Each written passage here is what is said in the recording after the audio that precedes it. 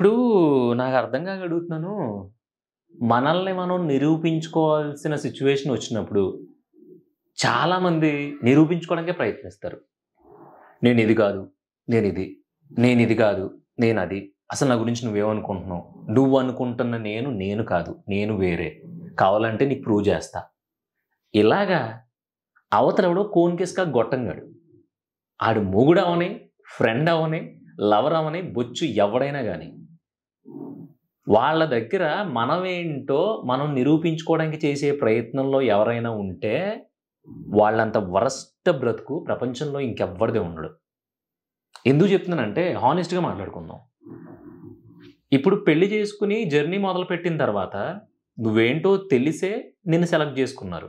నువ్వేంటో తెలిసే నిన్ను పెళ్లి చేసుకున్నారు. పెళ్లి చేసుకున్న తర్వాత కొన్ని ఎక్స్‌ట్రాగా ఉండే యాటిట్యూడ్స్, కొన్ని కోపాలు, కొన్ని కోరికలు, భయాలు అన్నీ ఉంటాయి. అవన్నీ అడ్జస్ట్ అవుతాను అని వాళ్ళకి వాళ్ళు చేసుకునే ప్రామిసే పెళ్లి కదా! మరి అలాంటప్పుడు ఇంకా ఒకళ్ళకొకళ్ళు ప్రూవ్ చేసుకోవాల్సిన అవసరం ఏముంది? ఇక నెక్స్ట్ లవ్. ప్రేమించినప్పుడు కింద మీద పడి దొర్లేసినప్పుడు అంతా బానే ఉంటది.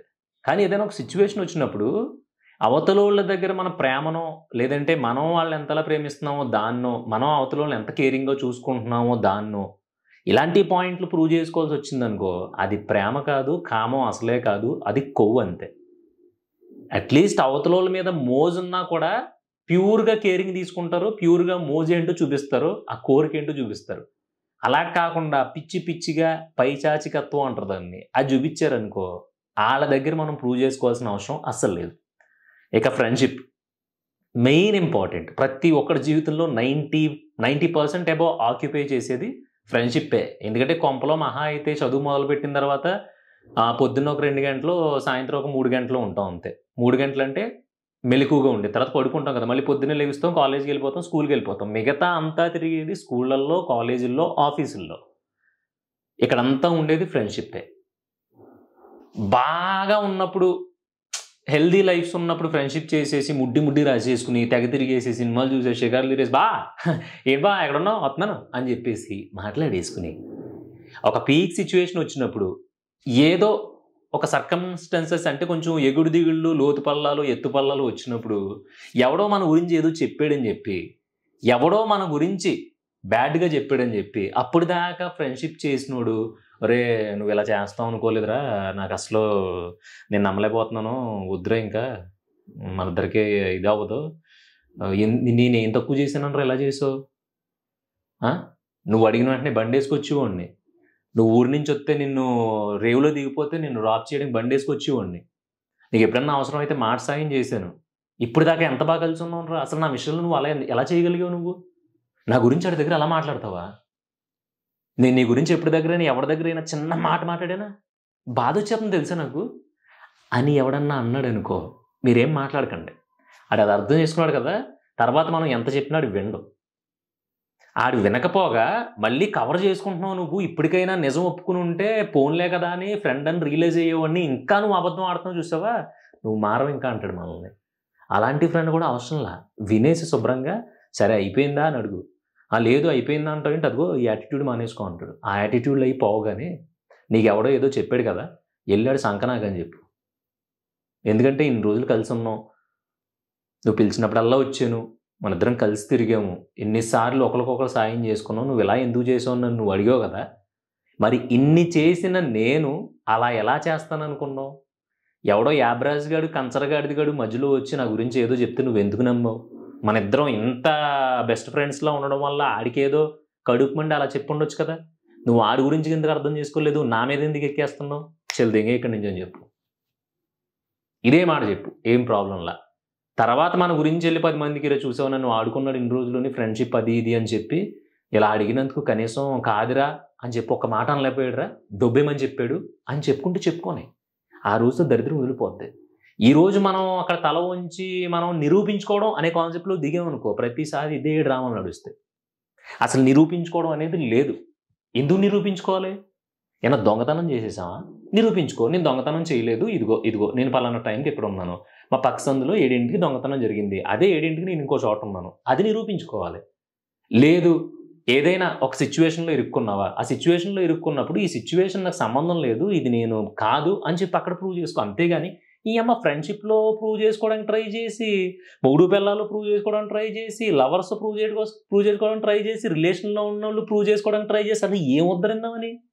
అంటే మీరు ఒక ఇన్వెస్టిగేషన్ స్టార్ట్ చేశారా, లేదంటే జర్నీ స్టార్ట్ చేశారా?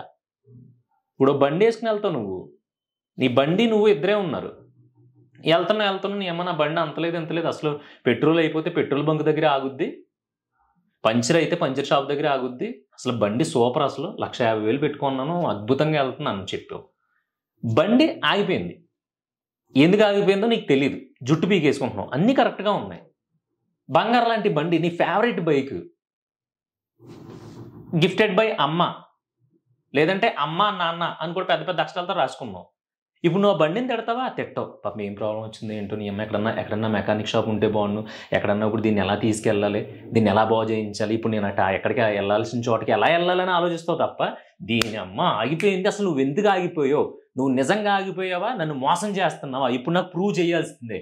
నీ పెట్రోల్ కొట్టించాను, నీకు నెల సర్వీసింగ్ చేయిస్తున్నాను, మొన్నే 200 పెట్టి దసరాకి మంచిగా తుడిపించి దండలేసి పెద్ద పెద్ద బొట్లు పెట్టి పూజ చేయించాను, అన్నీ చేయించున్నాను నీకు, అయినా సరే నువ్వు ఆగిపోయావు. అన్నీ బాగానే ఉన్నాయి, ఎందుకు ఆగిపోయావు?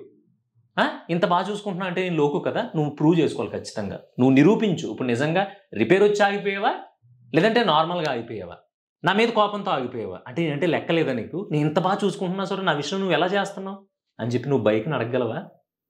ఒరే తెంగర బచ్చా, బైక్ నెల అడుగుతారా అని నన్ను తిట్టుకుంటావేమో. ఇక్కడ బైక్ అయినా మనిషి అయినా ఎవడైనా ఒకటే. ఆ సిచ్యువేషన్లో అవతలోడు ఎందుకు అలా చేశాడు అనేదాన్ని మనం ఎంక్వైరీ చేయటం మొదలు పెడితే ఆడి 1,00,000 అబద్ధాలు ఆడతాడు, జీవితం అయిపోయేదాకా అబద్ధాలు ఆడుతూ ప్రూవ్ చేసుకుంటూ ఉంటాడు. ఆడు కూడా పడి మనం ప్రూవ్ చేయి నువ్వు తిరిగి నేనేంటో ప్రూవ్ చేస్తాను, నేనేంటో చూపిస్తాను, తొడలు కొట్టి ఆడి తిరిగి, ఇదంతా అవసరమా? నువ్వు అక్కడ ఆర్గ్యుమెంట్ చేయకుండా ఆ బండిని మెకానిక్ షాప్కి తీసుకెళ్ళి రిపేర్ చేయించేసి హ్యాపీగా వేసుకెళ్ళిపోయి అక్కడతో నీ ప్రాబ్లం సాల్వ్ అయిపోయింది. ఎందుకంటే అవతల దానికి ఒక ప్రాణం లేదు, మనసు లేదు, లేదంటే అది కౌంటర్ ఇవ్వలేదు, తిరిగి మాట్లాడలేదు కాబట్టి. అదే మనిషి అయితే ఎగ్జాంపుల్ నీ ఫ్రెండే ఉన్నాడు, ఎప్పుడు టక్మని ఫోన్ చేయగానే వచ్చాడు. ఒక నెల ఏదో వాడు బిజీ షెడ్యూల్ పెట్టుకుని ఏదో టార్గెట్ పెట్టుకుని ఒక నెలలో ఒక పని చేయాలని కంప్లీట్ చేయాలని పెట్టుకుని రూమ్ నుంచి బయటికి రావడం మానేసాడు, పని ఏదో చేసుకుంటున్నాడు, ఫోన్ చేసినప్పుడల్లా కట్ చేస్తున్నాడు, మెసేజ్ చేస్తూ ఉంటే ఎవరిని బిజీ ఉన్నాను తర్వాత చేస్తాడు, అలా 4-5 సార్లు చేశాడు. 5ఓసారి దాన్ని ఏమంటారు, నీ ఒపీనియన్ ఏంటో తెలుసా? ఇది బాగా జీబలిసింది, ఇది వరకు ఎలా లేడు, సర్లే ఇంకో ఫ్రెండ్ ఎవడో తగిలి ఉంటాడు, దొంగనా కొడుకులు ఇంత ఇలాగే ఉంటారు జనం అని నీకు నువ్వు ఊహించేసుకుంటావు. అవునా కదా? నీకు నువ్వు ఊహించేసుకుంటావు. ఆడు ఏం చేస్తున్నాడు, ఆడు ఎందుకు బయటికి రావట్లేదు, ఆడు ఏ సిచ్యువేషన్లో ఉన్నాడని నువ్వు అడగవు. నీకు నువ్వు ఊహించేసుకున్నా బొక్క ఆడికి ఎంత ఉంటే నాకెంత ఉండాలి అని చెప్పేసి నువ్వు అవాయిడ్ చేయడం మొదలెడతావు. ఆడి పని అంతా అయిపోయిన తర్వాత బావా ఏంటి ఎక్కడున్నా దాకా కలుద్దాం అంటే మాకు పని మోడల్ లేదనుకున్నాను రాంగ్ అంటావు. అర్థమైందా? ఎందుకన్నావు? నీకు ఈగో. ఇప్పుడు నీ దగ్గర ప్రూవ్ చేసుకోవాలి. ఆడు వచ్చి లేదు నేను 4 రోజులు టార్గెట్ పెట్టుకున్నాను, పొద్దున్న లేసి బ్రష్ చేస్తున్నాను, 6ంటికి ముడ్డు కడుక్కుంటున్నాను, నేను తింటున్నాను, కూర్చుంటున్నాను, పని చేసుకుంటున్నాను, లాబ్ అని ప్రూవ్ చేసుకోవాలి. అలా ప్రూవ్ చేసుకుంటే కానీ నీ ఈగో సాటిస్ఫై అవ్వదు. అలా ప్రూవ్ చేసుకుంటే కానీ నువ్వు నమ్మో, మళ్ళీ 190 డౌట్లు వస్తే దాన్ని క్లారిఫై చేయాలి. అదంతా అయిన తర్వాత నీకు చెక్క భజన చెయ్యాలి. అందుకే అంటున్నా, ఇన్ని టాస్కులు చేసే బదులు సింపుల్గా అలా ఆ టాపిక్ని అక్కడితో వదిలేసి సైలెంట్ అయిపోయి సరే నువ్వు ఏది అనుకుంటున్నావు అదే అనుకో, కానీ అది నేను కాదు. అర్థమైందా? బాయ్ అని చెప్పి వచ్చావు అనుకో, ఫర్దర్ ఎక్స్ప్లెనేషన్స్ ఇవ్వాల్సిన అవసరం రాదు. అలా ఇచ్చినంత మాత్రాన మన వాల్యూ క్రిందటి వాల్యూకి సమానం కాదు. ఎందుకంటే ఒక్కసారి ఒక బ్రేక్ వచ్చిందంటే ఎన్నిసార్లు దాన్ని నువ్వు వెల్డింగ్ చేయించినా సరే ఆ వెల్డింగ్ చేయించిన మచ్చలు ఉంటాయి చూసావా, గతుకులు కింద, అది అలాగే ఉంటుంది, మునుపట్లా ఉండదు. అది చాలా చాలా సన్నని చాలా థిన్ లైన్ ఉంటుంది అనమాట. అందుకనే ఏ రిలేషన్లో అయితే బ్రేక్ డౌన్ అయ్యిందో ఆ బ్రేక్ డౌన్ అయిన తర్వాత ప్రూవ్ చేసుకుంటానో నేను అని నీ నోట్లోంచి వచ్చిందో అప్పటి నుంచి నీ కర్మ కాలిపోయినట్టే.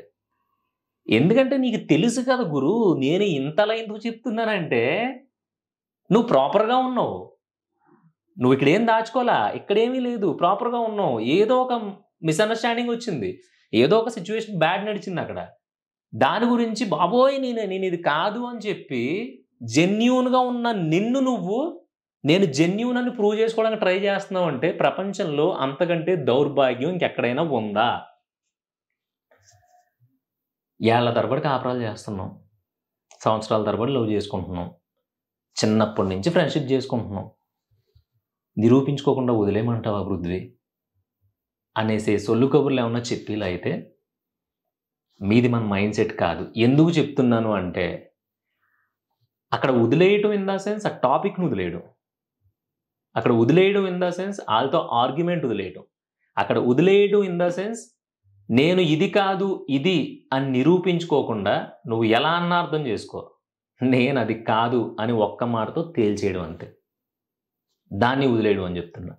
అంతేగాని దానికి మళ్ళీ ఒక థియరీ యాడ్ చేసి, ఒక కథ యాడ్ చేసి, ఇగో ఇలా ఇలా ఇక్కడి నుంచి లెఫ్ట్ తీసుకుని రైట్ తీసుకున్నాను, పంచర్ పడింది, పంచర్ వేయించుకున్నాను, మళ్ళీ లెఫ్ట్ తీసుకుని శివాలయం సందు వచ్చింది, రైట్ తీసుకున్నాను, అక్కడ ఎవరితోనో చిన్న ఇష్యూ జరిగింది, అక్కడ గొడవ పడ్డాను, అక్కడి నుంచి మళ్ళీ ఇంటికి వచ్చింది, ఇదంతా చెప్పొద్దు. నువ్వు ఇంటికి ఎలా వస్తావు, ఇంటికి వచ్చే దారులు ఎన్ని ఉన్నాయి, ఎంతసేపటికి వస్తావు అనేది అవతలకి తెలుసు. ఒకరోజు నువ్వు ఇంటికి రావడం లేట్ అయింది అంటే అక్కడ ఏదో ఒకటి జరిగి ఉండొచ్చు. ఏం జరిగింది ప్రతిదీ క్లియర్గా చెప్పు అంటే నువ్వు ఫస్ట్ మొదలుపెట్టిన దగ్గర నుంచి, బైక్ స్టాండ్ తీసిన దగ్గర నుంచి, స్టార్ట్ చేసిన దగ్గర నుంచి, కాలు ఇలా పైకెత్తి సీటు మీద వేసి కూర్చున్న దగ్గర నుంచి చెప్పాలా? అంత దౌర్భాగ్యమైన రిలేషన్లో మనం ఉండడం అవసరమా? లేదు కదా. పోనీ ప్రూవ్ చేసుకోవడం అనేది ఒకసారితో అవుతుందా? మనం ప్రూవ్ చేసే కొద్దీ మనల్ని ఇంకా ఇంకా ఇంకా ఇంకా తక్కువ చేసి చూస్తూ ఉంటారు. ఎప్పుడైనా సరే మన మావాడు ఏంటవా అనే ఒక క్లోజ్నెస్ ఉన్నప్పుడు అవతలోడు ఇన్నర్ గురించి లేదంటే అవతలోడు చేసిన పని గురించి ఎవ్వడో కూడా అంత ఎక్కువగా పట్టించుకోడు. ఎందుకంటే ఆడంటే ఏంటో వీడికి తెలుసు, ఆడు ఏం చేస్తాడు, ఎలా ఉంటాడు, ఆడి క్యారెక్టర్ ఏంటో వీడికి తెలుసు. అన్నీ తెలుసున్న తర్వాత ఇంకెందుకు నువ్వు ప్రూవ్ చేసుకోవడం? ఒకడు వచ్చి చేతులు ₹1,00,000 పెట్టాడు, బ్యాంకులో వేసారా అన్నాడు. ప్రతి చోట ప్రతి ఊళ్ళోని ఎవడో చిన్న చితక ₹10-15 ఏదో డబ్బుల విషయంలో ఇలాంటివి జరుగుతూ ఉంటాయి. వెళ్ళాడు బ్యాంకులో కట్టేస్తాడు. అలా కాకుండా ఒకని పిలిచి, ఆడు మేనలుడో బావో మేనమా ఎవడో పిలిచి, రే బావా ₹1,00,000 ఇస్తాను, నువ్వు బ్యాంకులో కట్టాలి, కానీ ఇది ఇవ్వబోయే ముందు నువ్వేంటో ప్రూవ్ చేసుకోవాలి. అసలు నువ్వు ఇది కడతావా కట్టవా, ఇంతకుముందు ఎప్పుడైనా కట్టేవా లేదా, అసలు నేను నమ్మొచ్చా, ఈ ₹1,00,000 నీకు ఎందుకు ఇవ్వాలి కట్టమని, ఇలాంటివన్నీ చెప్పావు అనుకో, ఏం చేస్తావు? గోమే కొడతారు అవతలుడు. నేనేమన్నా నిన్ను అడిగానా? వెళ్ళి కట్టుకో, అంత దూలగా ఉంటే, అంత నమ్మకం లేకపోతే. ఫోన్లే కదా సాయం చేద్దాం, ఏదో పని మీద వెళ్ళిపోతున్నావు, ₹1,00,000 ఏదో బ్యాంకులో కట్టమన్నావు కదా అని కట్టడానికి వచ్చాను. నువ్వేంటి ₹1,00,000 కడతావా, దొబ్బేస్తావా, పట్టుకెళ్ళిపోతా, ఇవన్నీ అడుగుతుంటారా? పిచ్చి దొబ్బిందా, నాటకాలు ఆడుతున్నావా, వెళ్ళి కట్టుకో అవసరం అయితే అని చెప్పి వెళ్ళిపోతావు కదా. రిలేషన్లో కూడా అంతే. ఇద్దరు కలిసి ట్రావెల్ చేస్తున్నారు, ఇద్దరు కలిసి చాలా సంవత్సరాలు ఇప్పటికే జర్నీ చేశారు. ఇన్ని సంవత్సరాలు జర్నీ చేసిన తర్వాత 24 గంటలు ఒకే కొంపలో ఉంటున్నా, లేదంటే 24 గంటల్లో ఫ్రెండ్షిప్ చేస్తున్నా, అటు తిరుగుతున్నా ఫ్రెష్గా నీకు నిరూపించుకోవాల్సిన అవసరం వచ్చేసిందంటే అంటే నువ్వేమన్నా గ్రహాంతరవాసి ఎవడన్నా వచ్చి నీ లోపల దూరేశాడా, లేదంటే దెయ్యం పట్టిందా నీకు, లేదంటే ఇంకోట ఏమనుకుంటున్నావు? ప్రూవ్ చేసుకోవడం మొదలుపెట్టిన తర్వాత ఉండే గొడవలు ఇంకా ఎక్కువైపోతాయి, ఉండే రిలేషన్స్ పలచబడిపోతాయి, చాలా తిన్గా పలచబడిపోతాయి. ఈ అమ్మాయి ఎలా అంటే ఫోన్ ఊతే ఎగిరిపోతాయి. అది ఎప్పుడో ఎగిరిపోయేదాన్ని ఇప్పటి నుంచి నువ్వు ప్రూవ్ చేసుకోవడం అవసరమా అనేది నా ఉద్దేశం. బాగా ఆలోచించు. ఎప్పుడైనా ప్రూవ్ చేసుకోవాల్సిన సిచ్యువేషన్ వస్తే, ఒక ఉద్యోగంలో నువ్వు ప్రూవ్ చేసుకున్నావు అనుకో, ఓకే మనోడు బాగా పని చేస్తున్నాడు, స్కిల్స్ ఉన్నాయి, ఒక 10,000 జీతం పెంచుదాం అనే కాన్సెప్ట్ ఓకే.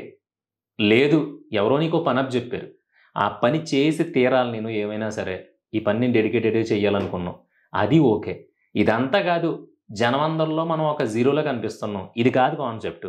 ఒక సంవత్సరం మనం హైడ్ అయిపోయి మనం ఏంటో ప్రూవ్ చేసుకుందాం అని చెప్పి ఇప్పుడున్న నీ స్కిల్స్ని 100% పెంచేసుకుని ఒక సక్సెస్తో తిరిగి రావాలనుకుని నిన్ను నువ్వు ప్రూవ్ చేసుకోవాలనుకున్నావు, అది ఓకే. ఇవన్నీ ఓకే, ఇవన్నీ ఎదుగుదలకి, డబ్బులు సంపాదించడానికి, అచీవ్మెంట్స్కి సంబంధించినవి. కానీ ఒక రిలేషన్లో ఒకరికొకరు ప్రూవ్ చేసుకుని ఇది ఏమీ ఉండదు. బట్టలు ఇప్పుకొని చూసుకుంటే అవతలోడి అవతల అన్నీ తెలిసినప్పుడు ఇంకా ప్రూవ్ చేసుకునే ఉంటాయి లోపల. అంటే నీ కిడ్నీ ఏ సైజులో ఉంది, గుండె ఏ సైజులో ఉంది, లివర్ ఏ సైజులో ఉంది, అన్నవాహిక ఎంత సైజులో ఉంది, ఇవన్నీ ప్రూవ్ చేసుకుంటావా? అవన్నీ మనం క్రియేట్ చేసేసుకుని అవతలోళ్ళని వదిలించుకోవడానికో, లేదంటే అవతలోళ్ళ మీద ఉండే కసి కోపాన్ని తీర్చుకోవడానికి, అవతలోళ్ళని చిత్రహింసలు పెట్టడానికి, అవతలోళ్ళని ప్రెజర్ పెట్టడానికి, అవతలోళ్ళని మానసికంగా దాన్ని ఏమంటారు కృంగదీయడానికి, ఇలాంటి వాటికి మాత్రమే ఇలాంటి కాన్సెప్ట్లు వస్తాయి. అంతే తప్ప ప్రూవ్ చేసుకోవడానికి ఏమి ఉండదు. అర్థమవుతుందా? అలాంటి ప్రూవ్ చేసుకోవాల్సిన సిచ్యువేషన్స్ వస్తున్నాయి అంటే అక్కడ ఖచ్చితంగా బాండింగ్ అనేది బ్రేక్ అయిపోయిందని అర్థం.